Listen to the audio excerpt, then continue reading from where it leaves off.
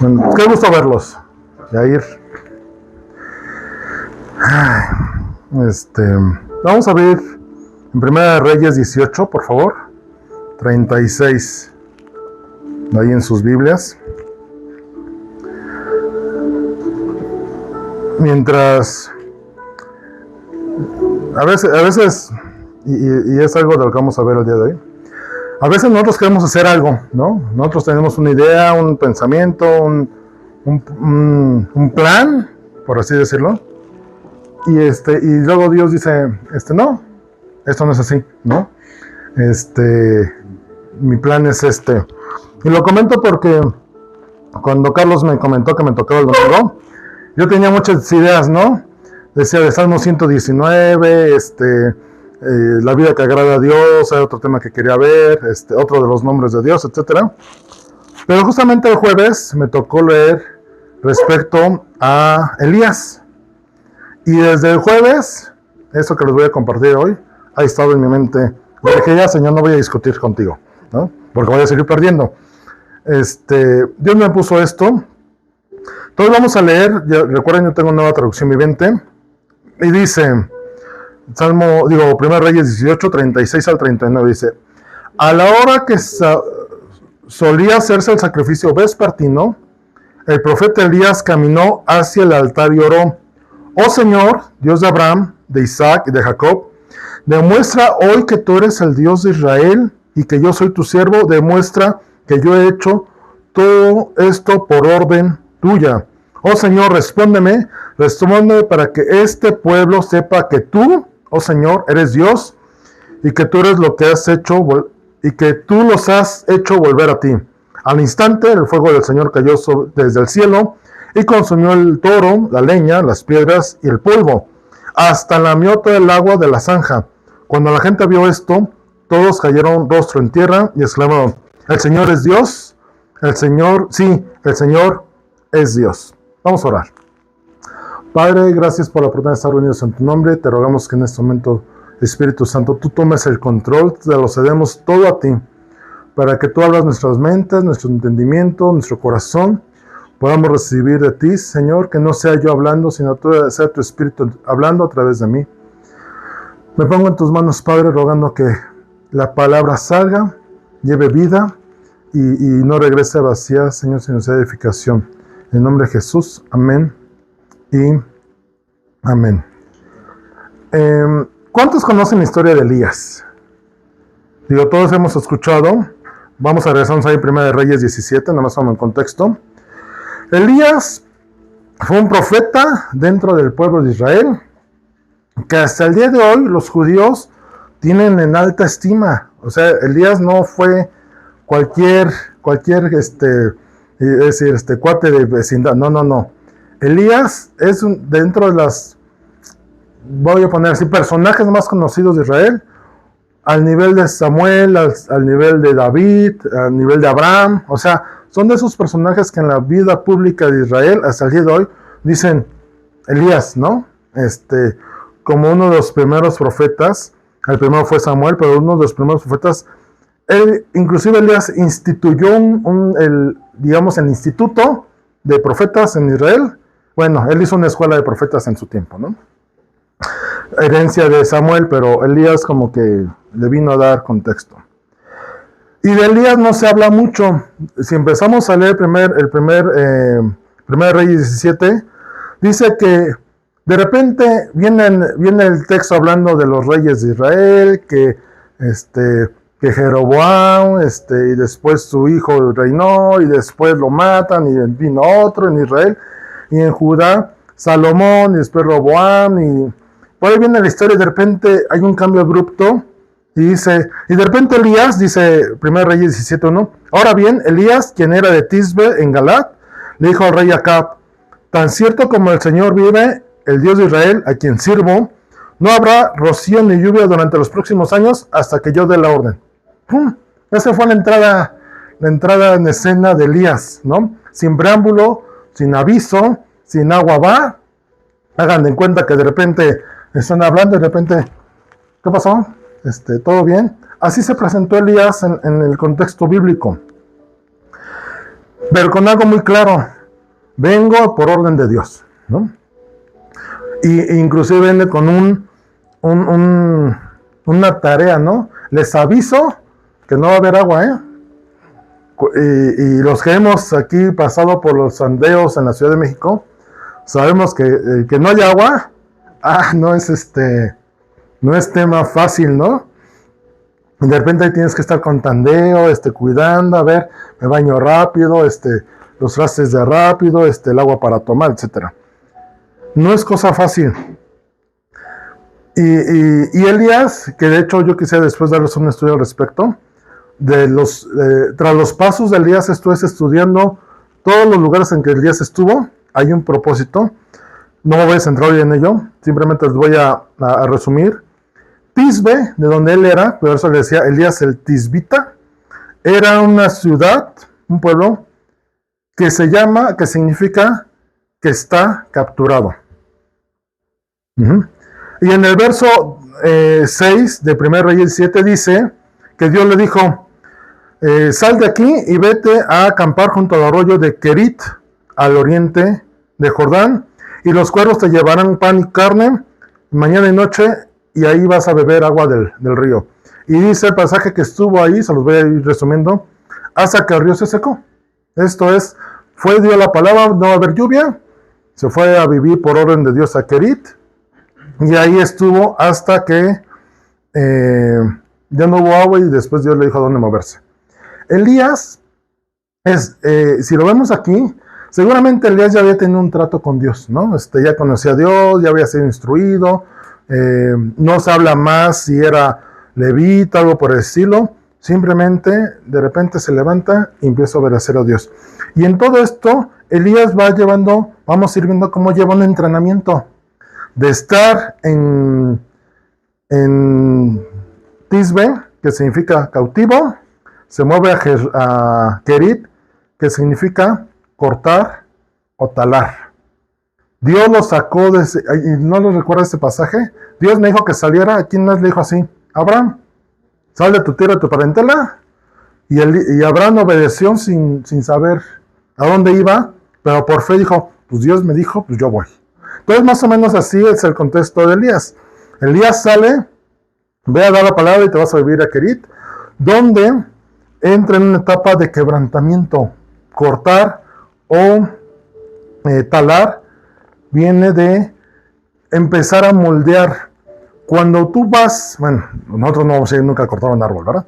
Pero cuando van a cortar un árbol, no es, no sé si han visto por ahí videos, no es nomás, ese se me antojó y lo voy a cortar de aquí para allá, ¿no? A ver, saco el hacha o el cuchillito, no. Hay toda una preparación de decir, a ver, quiero que caiga para allá. Ese es el mejor árbol, ¿no? No voy a cortar el que está todo chueco, voy a cortar y el más recto, y de en base al más recto voy a ir cortándole las ramitas para que no estorben. No hace mucho aquí adelante cortaron un árbol y lo tuvieron que cortar en pedazos, ¿no? Y tenían sus cortes, tienen el chiste, no todos son rectos, algunos sesgados, para que conforme fueran cayendo el pedazo, no dañara la casa, ¿no? Entonces, en Kerit, Dios empezó a tratar, a quebrantar a Elías, a moldearlo. Ahorita cantábamos: purifícame y lávame, renuévame y restaurame. Parecían cosas iguales, pero no es lo mismo. Las mujeres cuando lavan la ropa, por ejemplo, o las trastes, primero hay que desinfectar, ¿no? No es lo mismo de lavar, hay que desinfectar. Después, lava, ¿no? Que es, ahora sí, vamos a quitarle todo lo sucio, pero mientras lo purifico. Lo lavo. Renovar, ¿qué es renovar?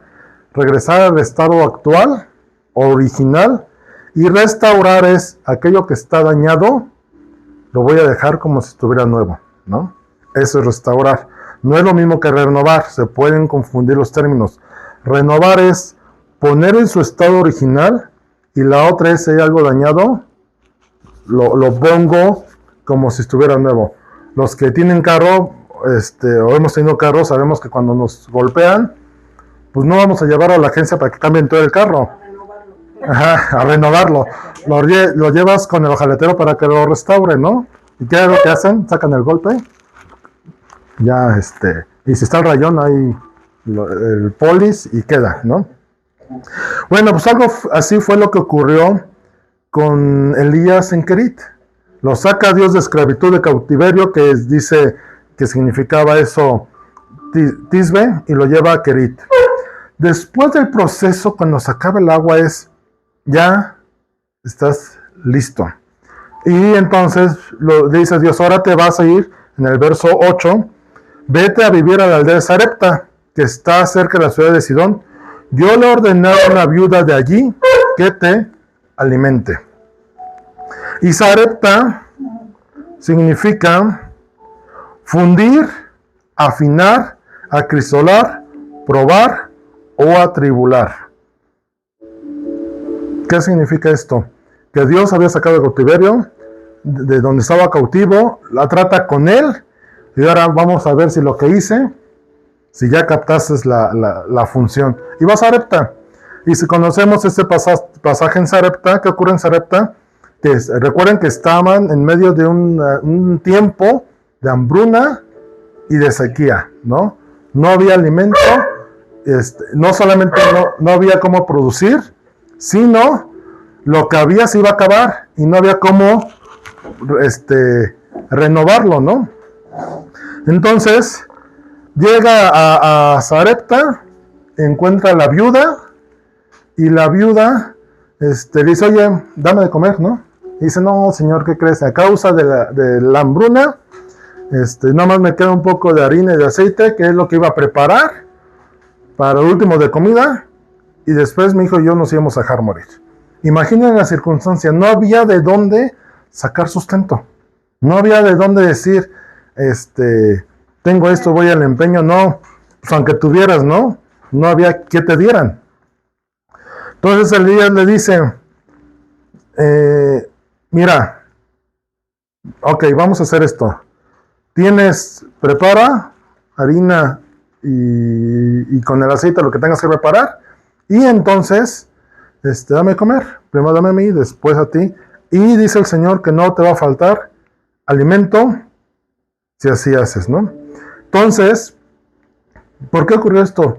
Dios estaba probando a Elías, ¿no? A ver, ve y dile y atente a lo que... Y también era para la mujer, imagínense, tienes que comer y entre comer tú o comer yo, pues diría que yo, ¿no?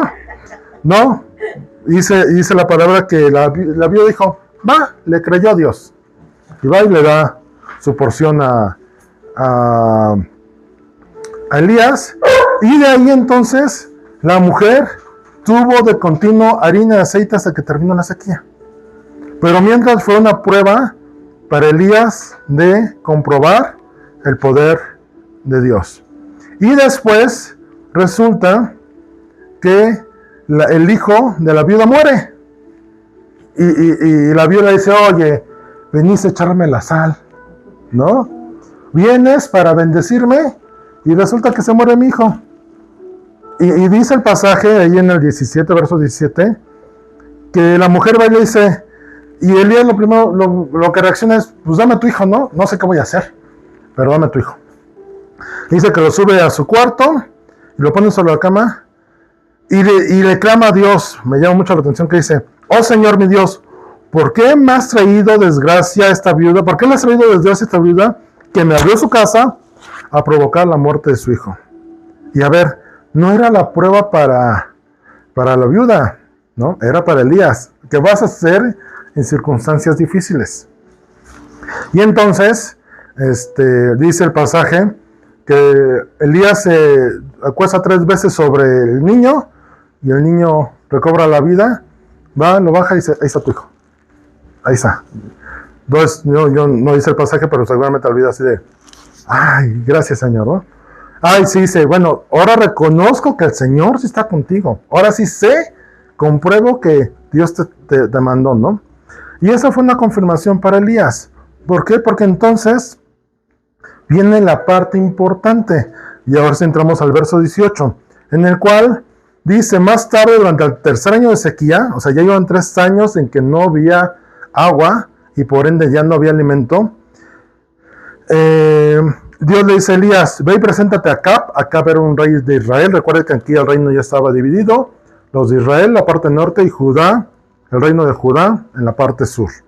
Y en la parte norte, todos los reyes de Israel fueron malos. Ninguno temió a Dios. Y es más, dice que el rey que entraba era peor que el anterior, y el que entraba era peor que el anterior, ¿no? Y así iban de mal en peor. Entonces le dice Dios a Elías, ve acá y dile que pronto enviaré lluvia. Entonces fue Elías a ver a Acab, ¿no?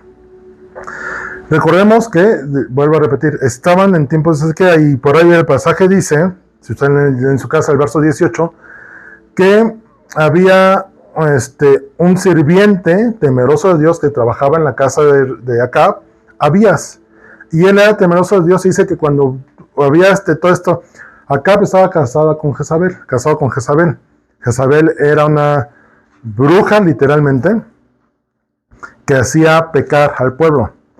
Entonces, cuando esta mujer, Jezabel, trataba de matar a todos los sacerdotes del Señor, Abdías escondió a 100 sacerdotes en unas cuevas, temerosos de Dios, y él les dio de alimento, ¿no?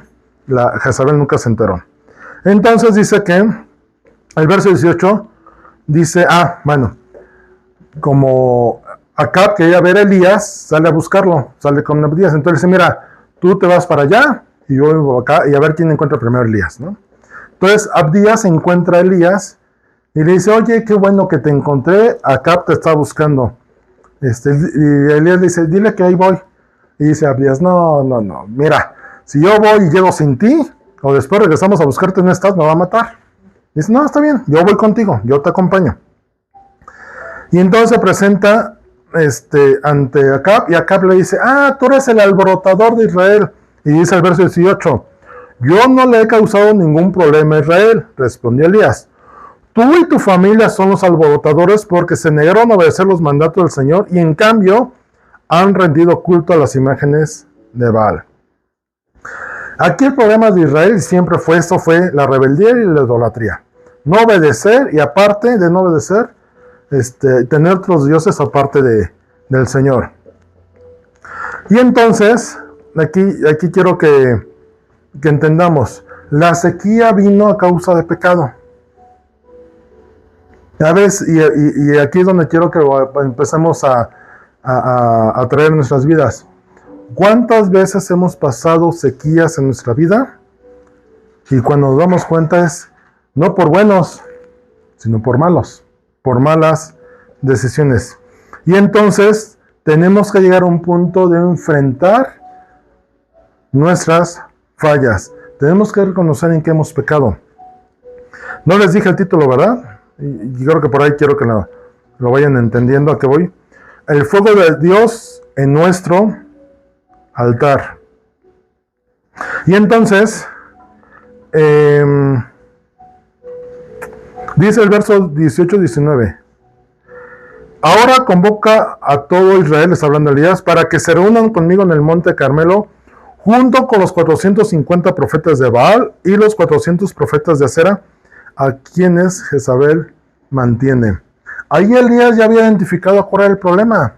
Eran pecadores y aparte tenían quien administraba, ¿no? Así que, ¿quién era el padrino del pecado, no?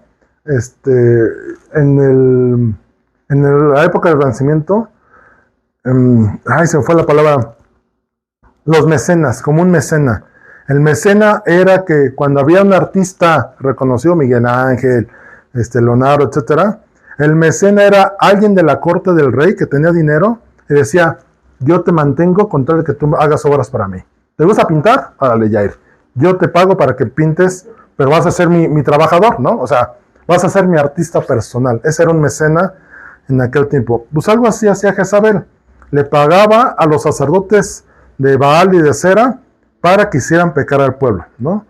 Literalmente le decía, oye, entre más juntes en la reunión, ahí te va una comisión, ¿no? Literalmente es lo que hacía Jezabel. Tenemos que confrontar nuestras fallas y nuestros pecados. Tenemos que reconocer a nuestros sacerdotes de Baal y de Acera, a los que nos causan rebeldía y desobediencia, a los que nos han provocado que haya sequía y hambruna en nuestras vidas. ¿Y sabes qué? Es una decisión de nosotros, tenemos que decidirlo. Dice en 1 Reyes 18, 20, 21, que después de que les dice, convóquenlos, y ya que están ahí convocados todos, los israelitas o los profetas, Elías se para frente a ellos, o sea, no fue de lejito, sino literalmente esto es confrontar. Ven, Santi, párate, por favor, conmigo. ¿Qué traes? ¿No?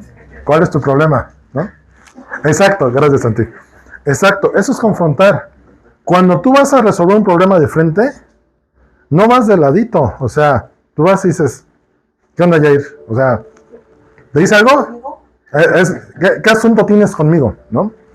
Y fue lo que hizo Elías. Dice que les dijo, ¿hasta cuándo seguirán indecisos, titubeando entre dos opiniones?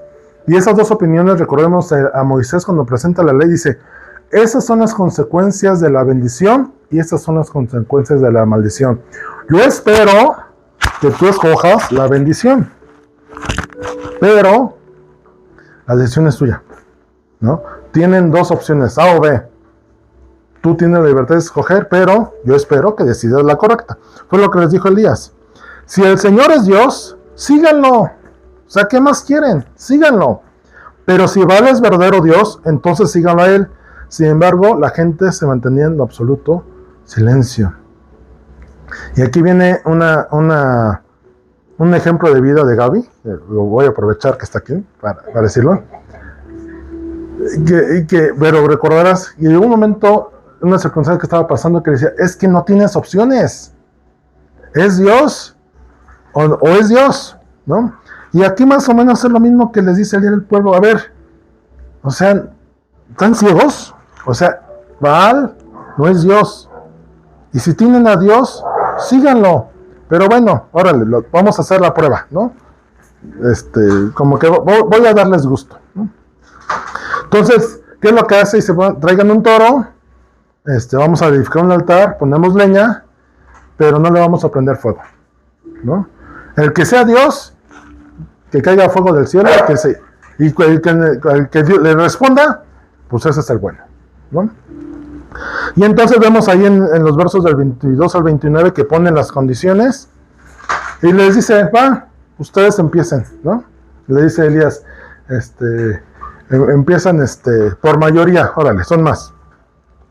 Entonces, los profetas de Baal hacen el altar, ponen la leña, ponen el todo que habían descuartizado.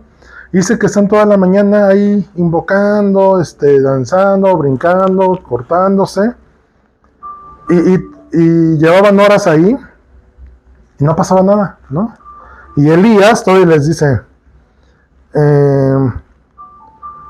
cerca del mediodía, Elías comenzó a burlarse, verso 27, de ellos. Tendrán que gritarle más fuerte, se mofaba. Sin duda que es un dios, tal vez está soñando, despierto o quizá está haciendo sus necesidades. Seguramente salió de viaje o se quedó dormido. Dice que alguien lo despierte. Era tal la seguridad de Elías que salió a burlarse. No creo que siempre lo podamos hacer. La realidad es que lo hizo guiado por Dios para que se dieran cuenta. A ver, su Dios es como ¿acaso es como un hombre que tenga que ir al baño? Cuando es hacer sus necesidades, a lo mejor está en el baño, ¿no? O está dormido, o se fue de viaje y está ocupado, ¿no? De esa forma Elías se estaba burlando. Pero más allá de burlarse, escuchen pueblo, o sea, ¿acaso van a confiar en un Dios que no está disponible? ¿Que se puede ocupar? ¿O que no, o si no le da la gana no va a contestar? No. Y dice que ellos siguieron haciendo sus rituales, literalmente, gritando, desesperados, hasta la hora del sacrificio vespertino. Ese sacrificio vespertino era a las 3 de la tarde. A las 3 de la tarde había un sacrificio en el templo, ¿no? Entonces, la condición era igual para todos. ¿Cuántas veces nosotros mismos hemos hecho un altar para el pecado? ¿Cuántas veces nosotros adoramos nuestro altar de pecado, ¿no? ¿Cuántas veces, en lugar de apartarnos, somos inclusive más dados a decir, el clásico, no pasa nada, pequé y no pasa nada, pues voy a hacer un poquito más, y lo hago, no pasa nada, y decíamos, ahora estudiando Romanos, que dice Pablo, ¿qué pues pecaremos para que la gracia sobreabunde? De ninguna manera, y es eso, decir, peco y no pasa nada, y peco otro poquito y no pasa nada, y para ver hasta dónde Dios aguanta, ¿no? Aquí ocurre lo mismo. ¿Cuántas veces edificamos un altar al pecado, creyendo que Dios nos va a respaldar con eso? Y yo te diría, si ya detectaste tu pecado, tus fallas, y ya lo confrontaste, tienes que preparar un altar. Tienes que preparar un altar, como vamos a ver que hizo Elías. Elías, después de las 3 de la tarde, dijo, bueno, ya les di 6 horas. No contestó. Me toca a mí, ¿no? Entonces dice el verso 20, el 30, ahí sí vamos. Le dijo a la gente, vengan acá. Así que todos se juntaron a su alrededor, mientras él reparaba el altar del Señor que estaba derrumbado. Resulta que el Monte Carmelo ya era un lugar conocido de adoración a Dios. Inclusive ahí ya había un altar que estaba destruido. ¿Esto qué significa o simboliza? Ya hay un altar de Dios dentro de ti. Recordemos que tu espíritu siempre quiere estar en conexión con el Padre, pero a causa del pecado, lo que menos hacemos es estar conectados con Dios. Pero una parte de Dios, cuando Dios sopló en ti, ya hay una parte de ti que quiere buscar a Dios. ¿Cuánta gente que no conoce a Dios se pasa toda la vida buscando algo más? Un poder superior, si se le puede llamar así. Algo que digan, es más, los grandes científicos han reconocido, los verdaderos científicos, Albert Einstein de este calibre, han reconocido que la creación no puede ser obra de casualidad, que tuvo que haber alguien, inclusive a veces esos científicos buscan tratar de entender quién creó el universo, y terminan reconociendo que fue Dios. Dicen, no, esta creación no puede ser obra de la casualidad, no salió por salir, ¿no? Entonces, dice, les quería comentar que les dije de los otros, Monte Carmelo significa jardín o huerto. Y es un título que se dice, Carmel viene de Car-el, que significa viñedos de él. Es un título que se le da a Dios en Israel. El huerto, el viñedo de Dios, por así decirlo. Es donde siembras, donde vas a cosechar, a sembrar y a cosechar, para bien o para mal. Ahí, cuando estaban en el Monte Carmelo, tenían 2 opciones, o hicieron 2 cosas, sembraron 2 cosas. A ver, ahí está tu altar de Baal, ándale, hagan su. Yo voy a sembrar en el altar de Dios. Y dice que lo primero que hizo Elías fue arreglar el altar. Y esto de arreglar el altar es reconocer a Dios. No voy a ver, si quiero corregir mi vida, tengo que hacerlo con Dios. Entonces dice que reparó el altar que estaba derrumbado. Tomó 12 piedras, que era una para representar a cada tribu de Israel, y usó las piedras para reconstruir el altar en el nombre del Señor. Cuando se refiere a esas piedras, se refiere a los estatutos sobre los cuales fue constituido el pueblo de Israel. 12 tribus. No fue casualidad que fueran 12 tribus. Dios así lo había establecido como un tema de orden. Recordemos que 12 en la Biblia significa gobierno. El gobierno de Dios. 12 tribus, 12 apóstoles, 12 columnas, puertas en la Nueva Jerusalén. 12 es gobierno. Y dice que reconstruyó el templo en el verso 32. Luego cavó una zanja alrededor del altar con capacidad suficiente para 15 litros de agua. Apiló la leña sobre el altar, cortó el todo en pedazos y puso los pedazos sobre la madera. Luego dijo, llenen 4 jarras grandes de agua y echen el agua sobre la ofrenda y el altar y lo hicieron 3 veces, de forma que la zanja desbordaba. Esto es, no solamente puso la leña sin agua. Cuando les dijo, cuando les dijo, grítenle más fuerte a Dios, que no sé qué, a Baal, a ver, a lo mejor se ha dormido, que no sé qué. Hay un contexto ahí que posiblemente los profetas de Baal querían hacer trampa y querían ahí a escondidas, vamos a hacer una chispita ahí, ¿no? Para hacer prender fuego. Y por eso, no, a ver, espérense, grítenle más fuerte, o sea, no hagan trampa. Si se va a prender va a ser porque él conteste, no porque todos metan manos. Por eso le dice, grítenle más fuerte, a lo mejor está dormido. O sea, no hagan trampa, ¿no? Aquí lo que Elías hizo fue poner más difícil la situación. No solamente era caer fuego, sino le echó agua, y sabemos que cuando algo está mojado es más difícil que prenda, ¿no? Cuando los que acampan y que cortan, cuando van a hacer su fogata, ¿qué buscan? ¿Leña seca o leña húmeda? Suena hasta lógico, ¿no? Hasta tonta la pregunta, pero es porque la leña mojada no prende, ¿no? Inclusive cuando llega a prender humo, lo vemos a veces con el carbón, ¿no? El carbón mojado no prende, o se tarda mucho más, ¿no? Hace mucho humo, apestadero, pero no prende. Entonces, ¿qué es lo que hizo? ¿Qué representa esto? Echa sobre tu altar todas aquellas cosas que te ha ocasionado pecado, todas las consecuencias, échalas ahí, ¿no? Prepara tu altar y pon todo lo que te ha estado estorbando. Les decía que a la hora de las 3 de la tarde no era una hora ahí al azar, era una hora que ritualmente en el templo de Dios se presentaban ofrendas. Y aquí es donde quiero que nos centremos, en el verso 36. Dice, a la hora que solía hacerse el sacrificio, vespertino, el profeta Elías caminó hacia el altar y oró.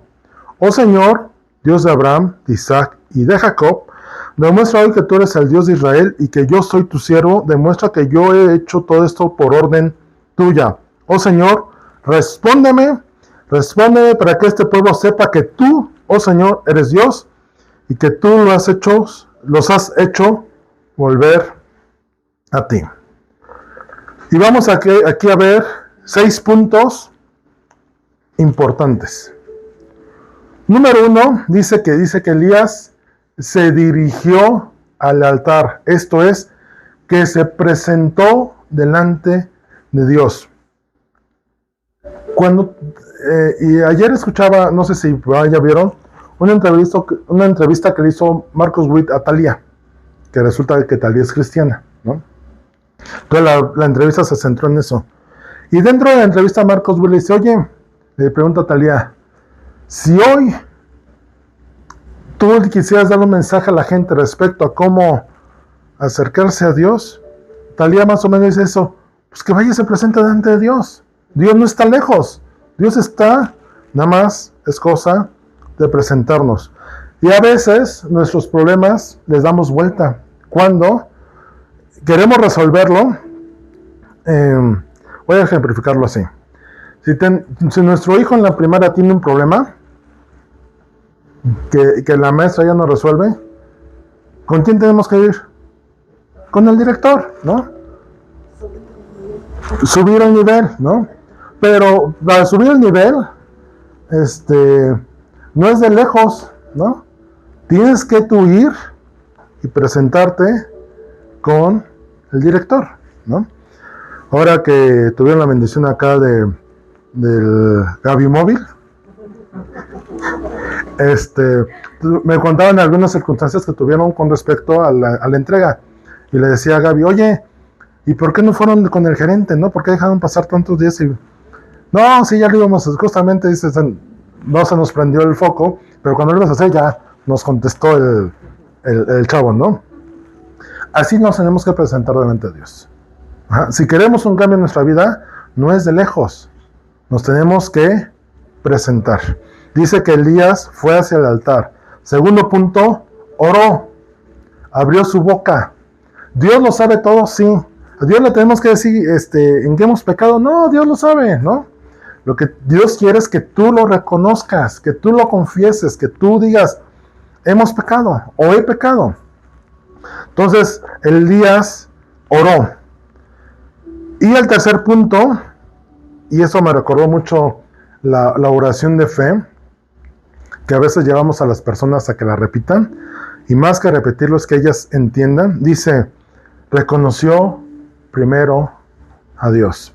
Hace unas semanas tuvimos la oportunidad de ir a comer con mi primo Ale, y tiene sus niños, tienen 3 años, 4 años, 4, tan chiquitos. Entonces cuando íbamos a comer, él está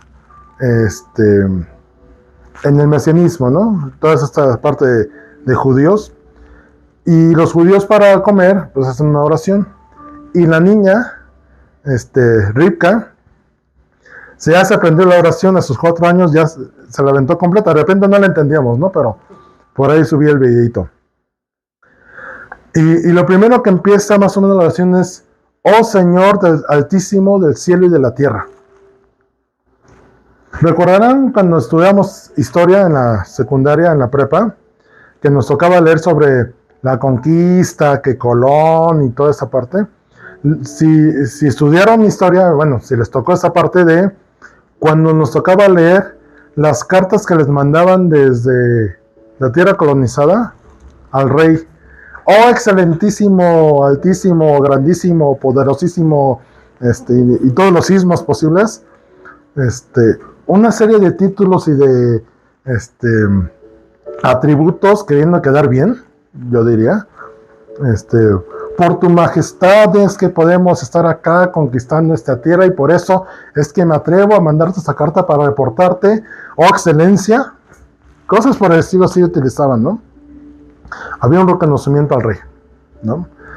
Y Colón, por ejemplo, hablando de ese personaje, reconocía que su misión o la oportunidad de ir a buscar una nueva ruta era porque el rey financió. Entonces, si quería seguir teniendo recursos, pues tenía que adularlo, ¿no? En el caso de Dios no es así. Reconocemos los atributos de Dios porque Él lo es, ¿no?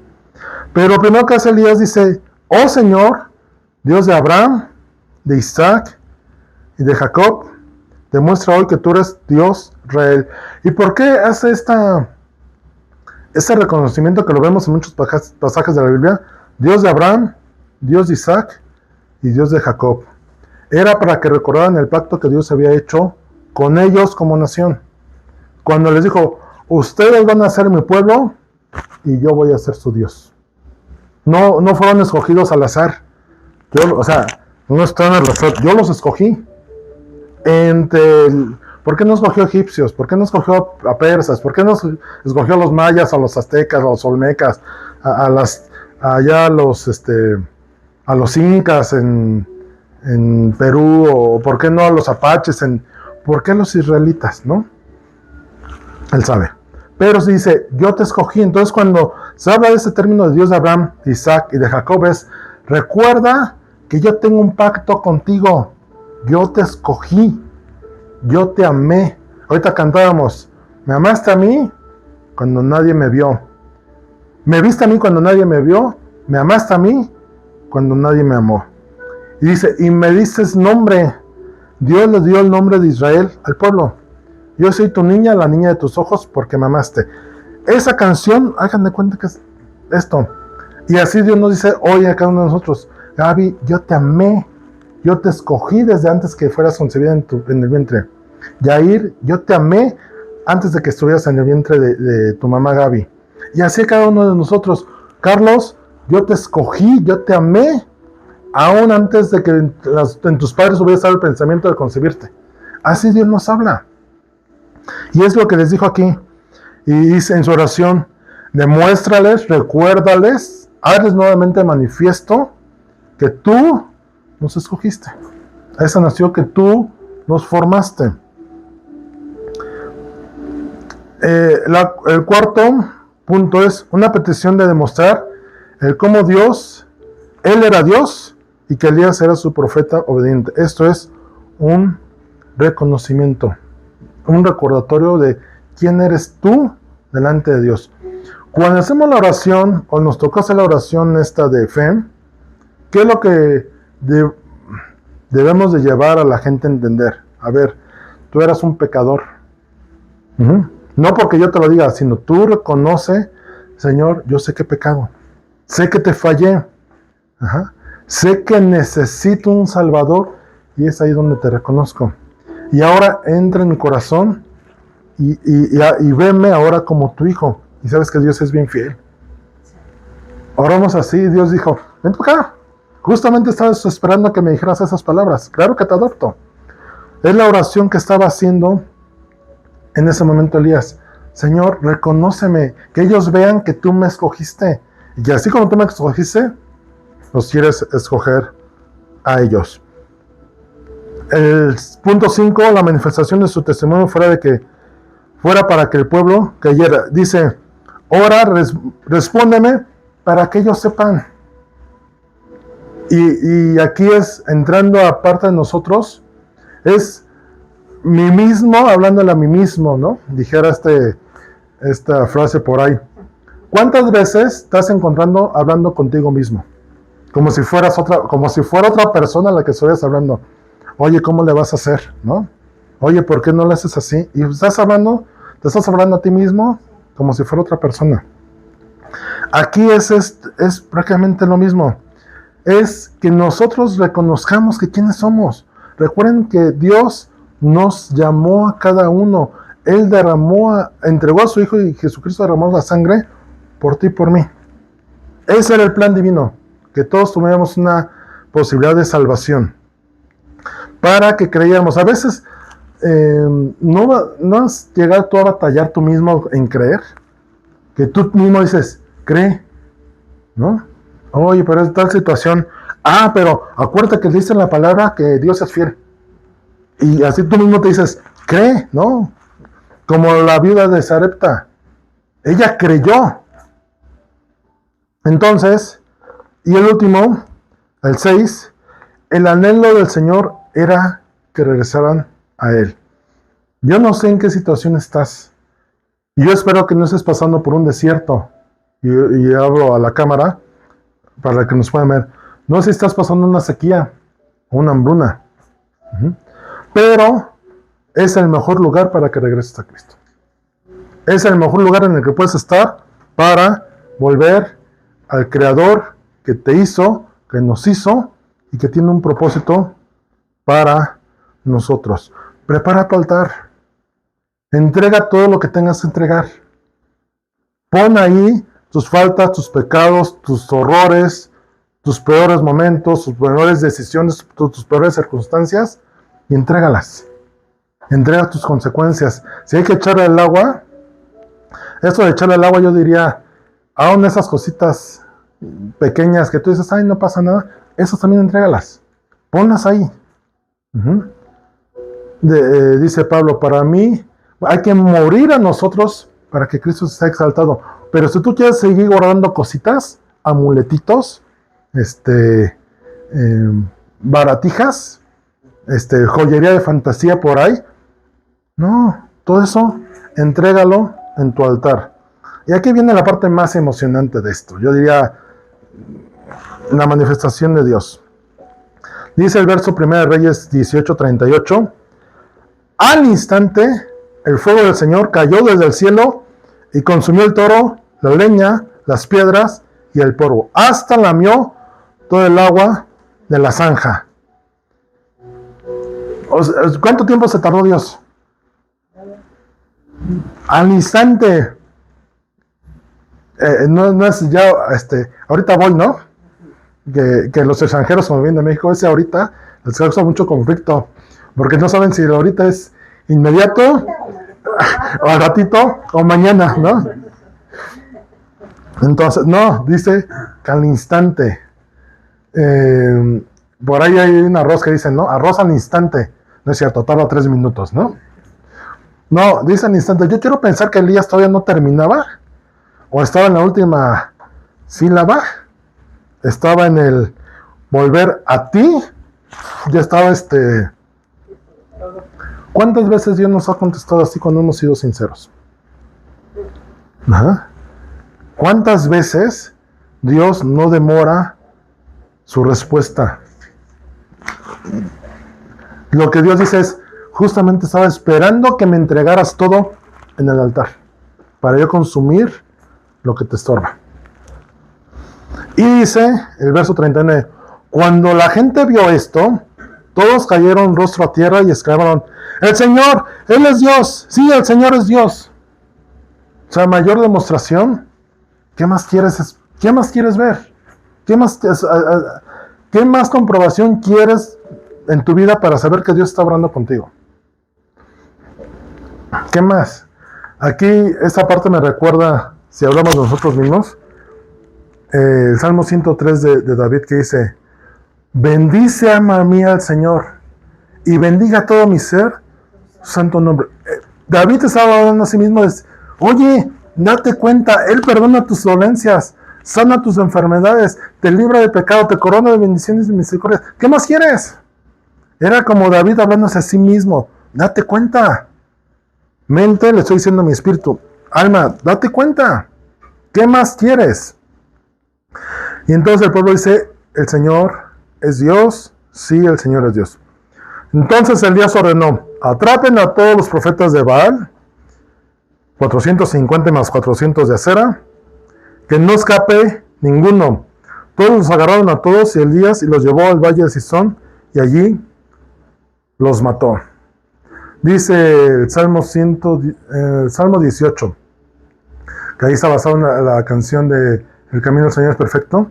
Dice una parte de la canción, basado ahí, perseguí a mis enemigos y los alcancé. No se escapó ni uno.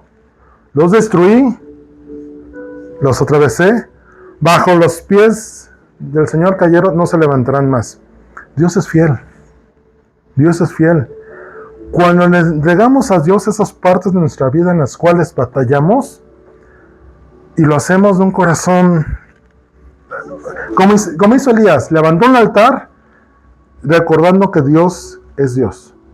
Puso ahí todas sus caras, todos sus pecados, todas sus malas actitudes, todas, ahí ponlas. Dios es tan fiel que todo aquello que te provoque que peques, va a ser destruido. ¿Cuántas veces Dios ha quitado malas amistades de nosotros? De entrada, ¿no? O si tu trabajo te es ocasión de caer, te lo quita, ¿no? O si la ruta donde vives es mala, hasta Dios puede ser fiel en quitarte eso, ¿no? Así fue lo que ocurrió cuando dice, atrapen a todos los profetas de Baal. ¿Y qué dice? Tú dirás, ¿qué sanguinario? No, simplemente estaba cumpliendo la ley, porque decía que todo el que levantara idolatría era digno de muerte. Y si agarró a los profetas de Baal, ¿qué había que hacer con ellos? ¿Aguantarlos ahí? No, mira, ahí en la cárcel, ¿no? Ahí no pasa nada. ¿Qué ocurre? Por ejemplo, no sé si sea fuerte o no. ¿Qué ocurre cuando agarran a un narcotraficante o a un violador o cualquier criminal, póngale el crimen que quiera, y lo meten a la cárcel? Y ahí está, lo tienen en una reja, viviendo diario, lo tenemos que alimentar, para colmo. Y desde adentro maneja cosas afuera, ¿no? Coordina secuestros, ¿no? Extorsiones, robos, y la lana le llega a él. En nuestra vida no podemos tener gente, demonios, influencias autivas. Las tenemos que matar. Yo, Arturo Tobar, ese es mi pensamiento. Yo diría que un asesino, bíblicamente, tiene que morir, vida por vida. ¿Está feo? No, es justo.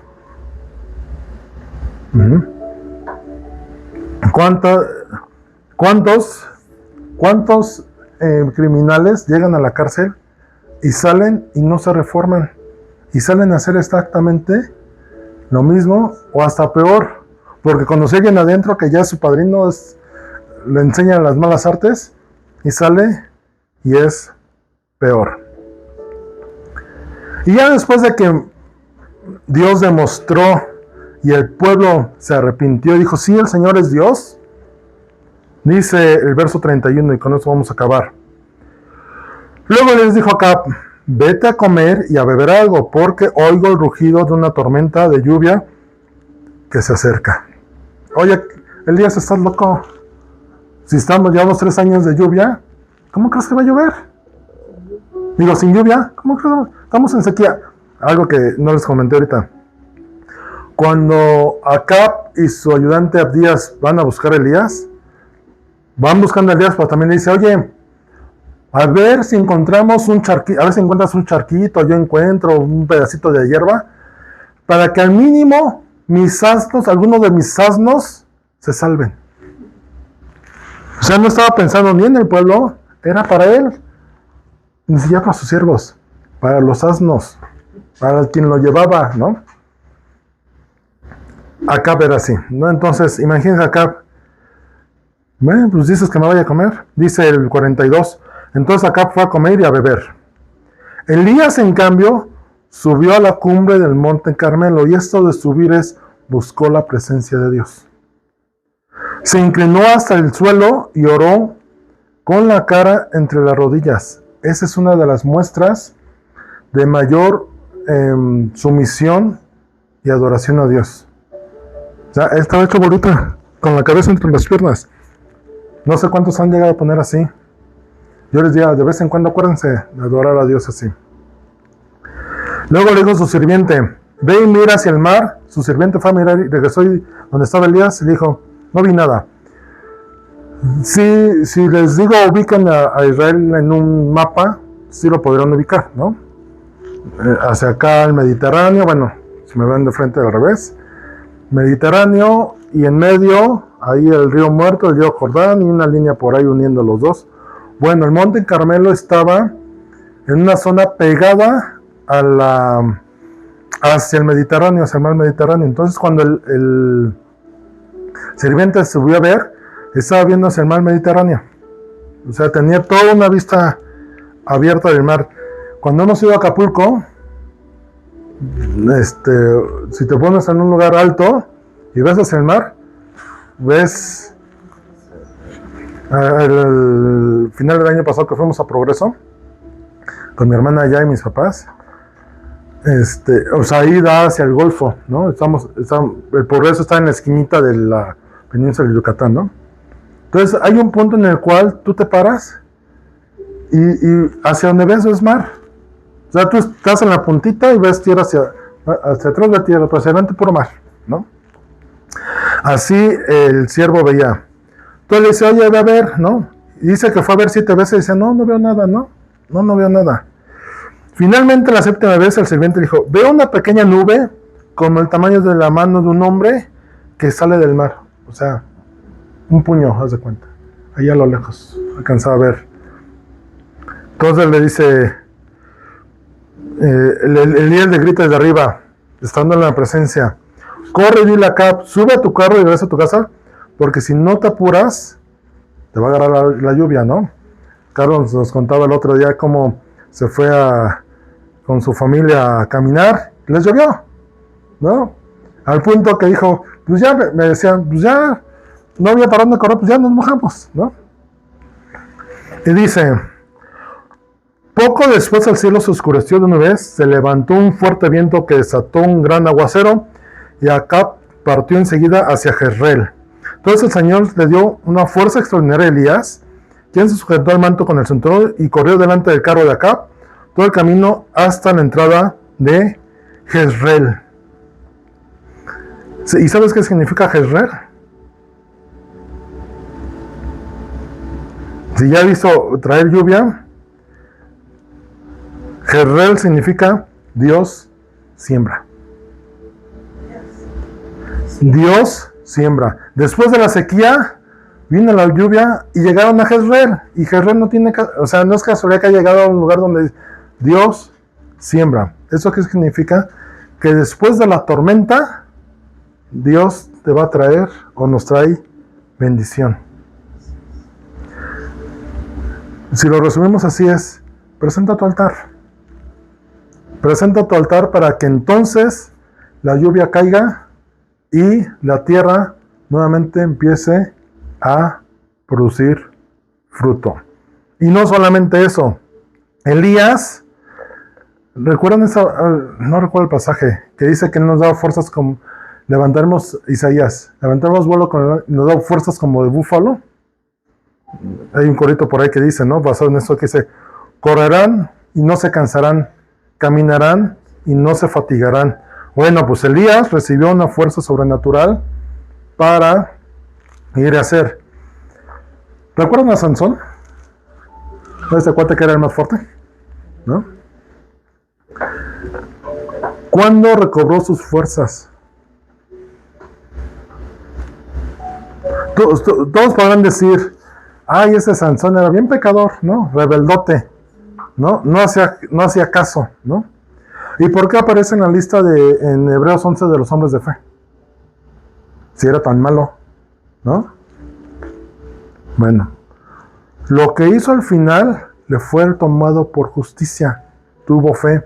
Cuando le habían sacado los ojos y lo llevan para hacer escarnio ahí con el templo de Dagón, con todos los filisteos, dice, Señor, acuérdate de mí. Y en otras palabras dice, si he vuelto a hallar gracia delante de ti, regrésame mi fuerza para vengarme de estos filisteos incircuncisos. ¿Y qué creen? Le regresó su fuerza sobrenatural. Al punto que agarró las 2 columnas, las tumbó, y dice la palabra que mató a más filisteos ahí que en toda su vida. Y con esto cierro.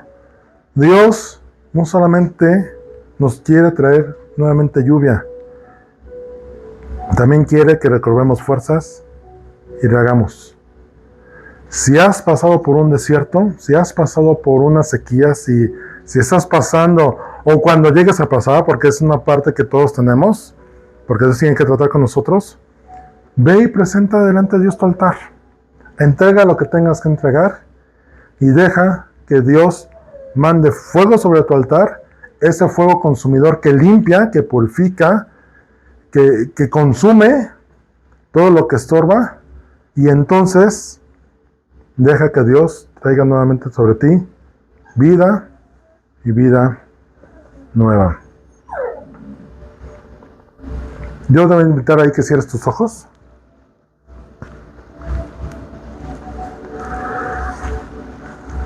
Y medita en eso que acabamos de platicar.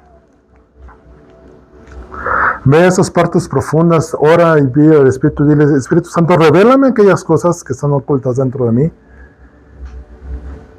que han seguido obrando y no me he dado cuenta. Más claramente, aquellas partes en las cuales estás muy consciente y no las has llevado al altar. Pueden ser actitudes, pueden ser hábitos, pueden ser pecados.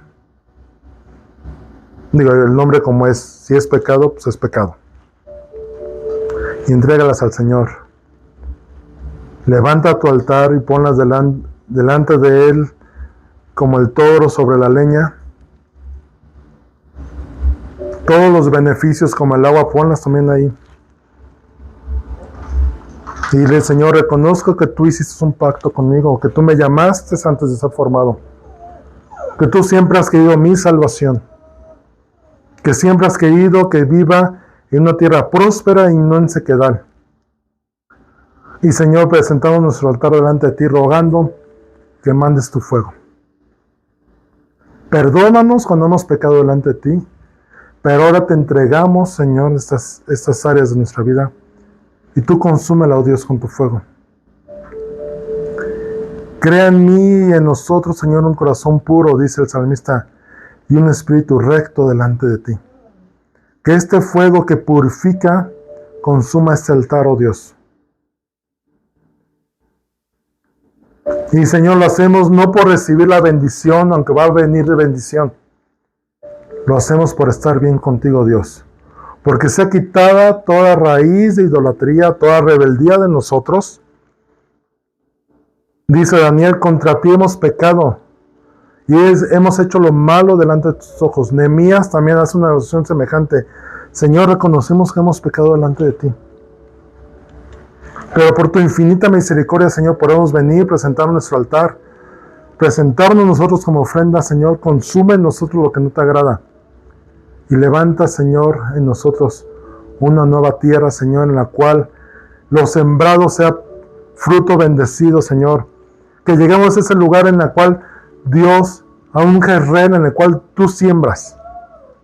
Y tú siembras para bendición, tú siembras para bien, tú siembras para lo mejor de nosotros. Dice Pablo en Filipenses, todo lo bueno, todo lo justo, todo lo digno de alabanza, todo lo de buen nombre, en eso pensad, Señor. Bueno, pues así tú piensas para nosotros, Señor, cuando tú siembras para nosotros y siembras en nosotros. Te entregamos nuestras vidas, Señor. Haz lo que mejor quieras en nosotros y que podamos ser como un Elías hasta aquí, un Elías obediente, que tú le decías, ve y haz, y él iba y hacía. Ve y di, y él iba y decía, ve y haz esto, y él iba y hacía esto. Gracias, Padre, porque eres bueno y te rogamos que tu misericordia sea sobre nosotros y que este fuego delante de ti, Señor, este altar delante de ti, sea dolor grato delante de ti. En nombre de Jesús. Amén y amén.